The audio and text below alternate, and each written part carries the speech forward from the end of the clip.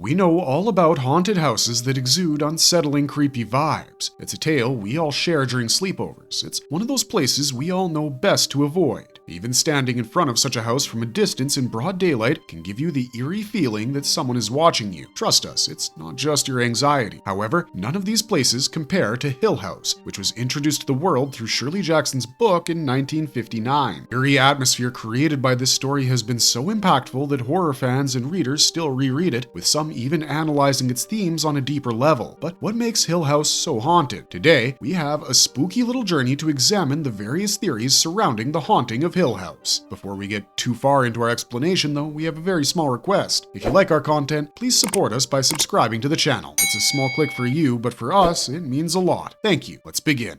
History behind Hill House. When viewed from an architectural standpoint, some believe it was constructed in the Gothic Revival style, which means it was likely constructed between 1830 and 1860. In Shirley Jackson's initial ideas, Hill House was constructed by Hugh Crane as a residence for his family, but misfortune and tragedy transpired from the beginning. A series of disasters have occurred that strengthened its reputation as a place of darkness. For instance, after the house was built, Hugh Crane's first wife passed away before having the chance to see it, as her carriage crashed near the property. Following her death, Crane got married 2 more times, but both marriages ended in heartache. The second wife is said to have fallen down the stairs, while the third battled tuberculosis, although there were rumors of possible foul play in both incidents. However, the tragic incidents continued, affecting Crane's daughters as well. According to the original novel, after Hugh died, his daughters inherited the house and lived there together. Soon, bitterness and hatred spread their vines, leading to a feud between the 2 sisters. One left while the other stayed. After some time, the older sister died in the house. Later, the younger sister's partner allegedly stole her inheritance, which led her to take her own life. Incredibly tragic and unfortunate. This pattern of family conflict, betrayal, and death made Hill House a place of human suffering even before people began to focus on supernatural explanations. Theories that explain the phenomenon of haunting. The haunting of Hill House, whether explored in Jackson's novel, various film adaptations, or the Netflix series, is influenced by multiple factors that vary with each interpretation. Here are some intriguing theories that we find captivating. Unsettling architecture, or born evil theory. In the book, there's a striking statement that the house was simply born evil. Every angle of its layout is deliberately crooked, with walls stood at wrong angles, rooms built inside other rooms, and doors that wouldn't close properly. This intentional architectural irregularity adds to the house's ominous vibe, like something is fundamentally flawed. It's as if the structure was built to be unhinged, keeping its inhabitants always disoriented. While there are no indications that the land itself is cursed, the area surrounding the house appears ordinary. However, there have been deaths on the grounds. The house's unsettling design reflects the troubled mind of its builder, Hugh Crane. He is shown as a very religious man with a dangerous obsession. His extreme beliefs and possible mental issues are assembled into the house itself, as it features religious imagery and moral warnings throughout. In the 1999 remake, Hugh Crane is depicted as a cruel industrialist who mistreats his workers at the mill and conducts sinister experiments on children. The torture he inflicts leads to a form of consciousness that lingers while the house is being constructed. This interplay between the architecture and the psyche of the builder, whether unstable or burdened by guilt, infuses the house with an almost aware quality in its shadows. This is what Jackson means when he says the house was born bad. House as a character theory. Some theories suggest that the house itself is a malevolent force. The house considers itself the main character, others are merely supporting cast and crew. Jackson even characterized it as having an evil heart, suggesting that it has harmful intentions. This means that spirits don't just haunt the house, they actually create the haunting. The theory of architectural sentience suggests that Hill House gained consciousness from the negative energy of the tragic events that happened inside. Supporters point out that Jackson uses language that gives human traits to the house. Oddly, it has the ability to learn and adapt and exploit the inhabitants' weaknesses, which emphasizes more of the house's character development than just supernatural events. This theory has become popular, especially with the Netflix adaptation. In the series, the house shows clear signs of control and manipulation. It isolates the family members residing there, creating individual visions for each person and breaking down their mental barriers. This depiction suggests that Hill House is not just a setting for hauntings, it has its own intelligence and purpose.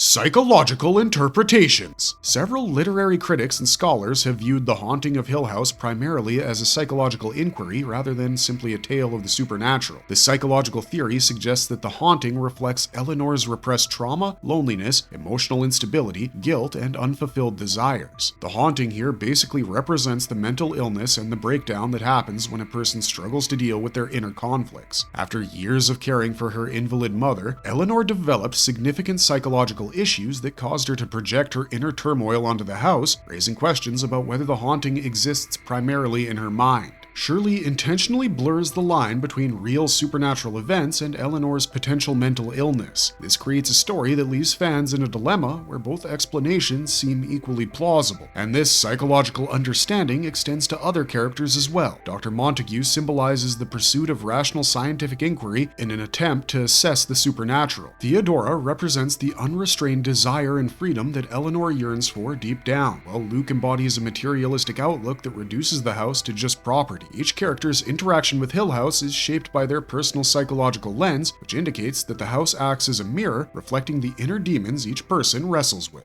The generational trauma theory. This theory gained traction, particularly following Mike Flanagan's adaptation, which asserts that Hill House embodies generational trauma. But how does it do this? The house highlights and makes clear the emotional wounds that are passed down through families. The ghosts that haunt the mansion symbolize unresolved trauma, while the house itself acts as a catalyst, compelling individuals to confront hidden family secrets and unaddressed emotional wounds. This theory relates to modern psychology, which shows that trauma can be passed down from one generation to the next. This can happen through behavior patterns and possibly even changes in our genes. Metaphorically speaking, Hill House is like a pressure cooker that intensifies family dynamics until deeply buried trauma can no longer be ignored. Fans of this theory suggest that both the novel and adaptations strongly emphasize family relationships, demonstrating how the past continues to shape the present.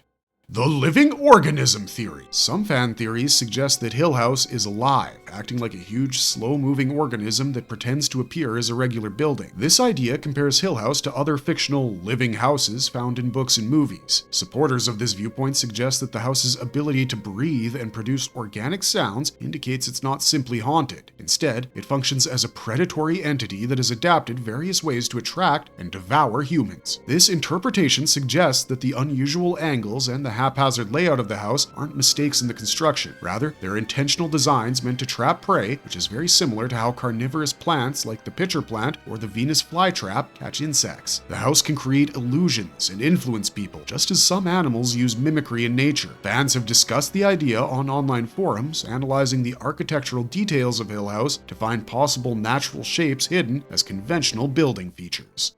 Supernatural and paranormal theories. Despite psychological reasoning, many people who read or watch stories about Hill House prefer to believe in supernatural reasons for why it might be haunted. A popular idea is that the house is a thin place, meaning the barrier between the living and the dead is weak there. This idea comes from Celtic spirituality, and this kind of explains why there are so many spirits trapped in the house and why it faces the unusual time-related effects. A different theory about Hill House suggests that it's home to the main evil spirit that pretends to be various ghosts to control the people who stay there. This spirit could be a demon, something similar to the cosmic horrors you might have come across in Lovecraft's work, or even something we can't fully understand. From this point of view, the house is more than just haunted. It acts as a place where this spirit feeds on human suffering and death to keep its power. There's one theory we're particularly fond of, and it's called the ghost trap theory. It suggests that the strange design of Hill House was meant to capture spirits. According to this hypothesis, Ukraine might have practiced magic or been part of some witchy cult and built the house with special shapes to keep spirits inside once they enter. This could explain why so many hauntings have happened over time, as more and more people died in the house. The Netflix series, The Red Room as Reality Manipulator. In the 2018 Netflix adaptation by Mike Flanagan, the story introduces a different concept called the Red Room. This is a space inside Hill House that changes its look and purpose for different family members. This idea suggests that Hill House not only has ghosts, but can also change reality. The Red Room acts like the stomach of the house, consuming its victims by creating personal illusions that slowly pull them away from what's really happening in reality. The Red Room theory is synonymous with reality manipulation theories, suggesting that Hill House exists in a strange version of normal space-time. The house has the ability to create time loops, generate convincing hallucinations, and possibly create alternate timelines. It is possible that the house is a point where different dimensions come together, which explains why time behaves oddly inside the house and why characters often see events from different time periods. Black mold theory. Some have also suggested that mold could be the reason why the Cranes all see ghosts. If you're wondering how, then let's tell you that during the renovations, which occurred during the second half of the season, Hugh Crane and the family discovered a significant leak in the house along with a buildup of mold. Numerous reports indicate that prolonged exposure to toxic mold can lead to various symptoms, including hallucinations, delusions, and confusion. Combining these effects with real experiences that are conveniently timed to appear supernatural will likely explain most of the eerie occurrences throughout the show.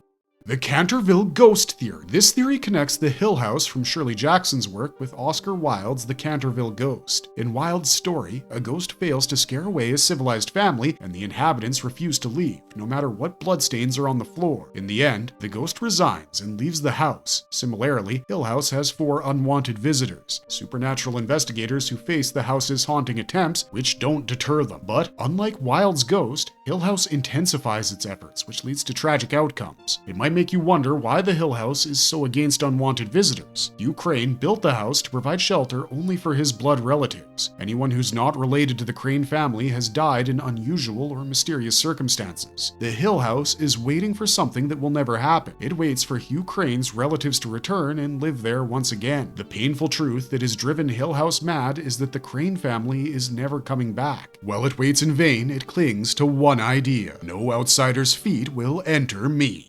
Marvelous verdict! Even though we presented so many theories in this video, it's not the end. There are many valid ways to interpret Hill House, whether through a psychological, supernatural, or metaphorical lens, that show how strong the idea of Hill House is as a story. There seems to be no shortage of theories or interpretations on the subject. Opinions on this matter vary. Some people might agree with us, and others might insist that ghosts aren't real. In the end, the true answer to this question will likely remain a mystery. We can't wrap up this video without hearing which theory you find the most compelling, though. Let us know your thoughts on the hows and whys and whos of the haunting of Hill House, or if it's haunted at all. Let's get some thrilling discussions happening in the comments down below. And if you liked our content, don't forget to leave a like and subscribe to us if you haven't already. Otherwise, thanks for watching, stay safe out there, and have a marvelous day.